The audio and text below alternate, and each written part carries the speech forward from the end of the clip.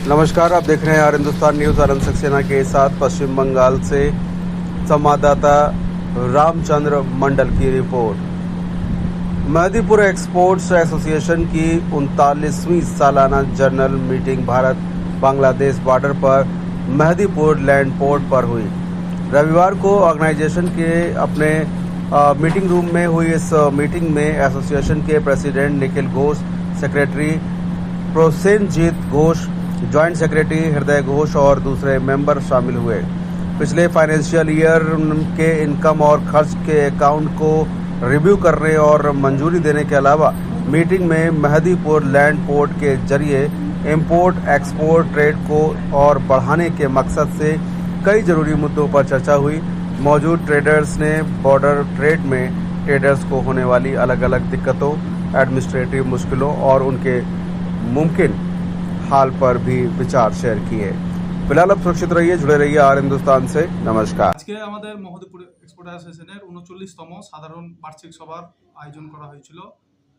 এখানে বিশেষত আমাদের মেহেদীপুর বর্ডারে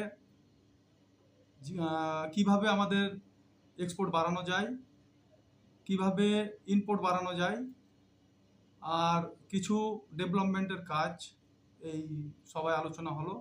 আমরা বিগত দিনে প্রশাসনকে একটা রাস্তার আবেদন করেছিলাম, বাইপাস রাস্তা, যেই রাস্তা আমাদের খালি ট্রাক বাংলাদেশ থেকে বেরিয়ে আসবে, আর একটা লোডেড ট্রাক সেটা আমাদের বিএসএফের মুখ দিয়ে এক্সপোর্ট হবে, আর খালি ট্রাকটা আপনার বাইপাস দিয়ে চলে আসলে আমাদের এখানে মেহেদীপুরের এক্সপোর্টটা আরও বাড়বে এবং বিভিন্ন লোকজন যারা এই ব্যবসার সাথে যুক্ত আছে তাদের আর্থিক লাভবানও হবে।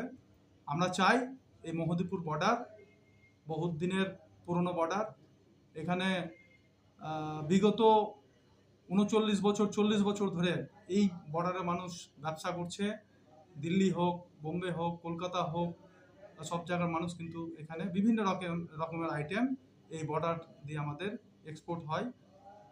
সেই আলোচনাটা হলো এবং আমরা প্রশাসনের সাথে বসে আরও ডেভেলপমেন্টের কাজ এই জায়গায় নিয়ে আসবো।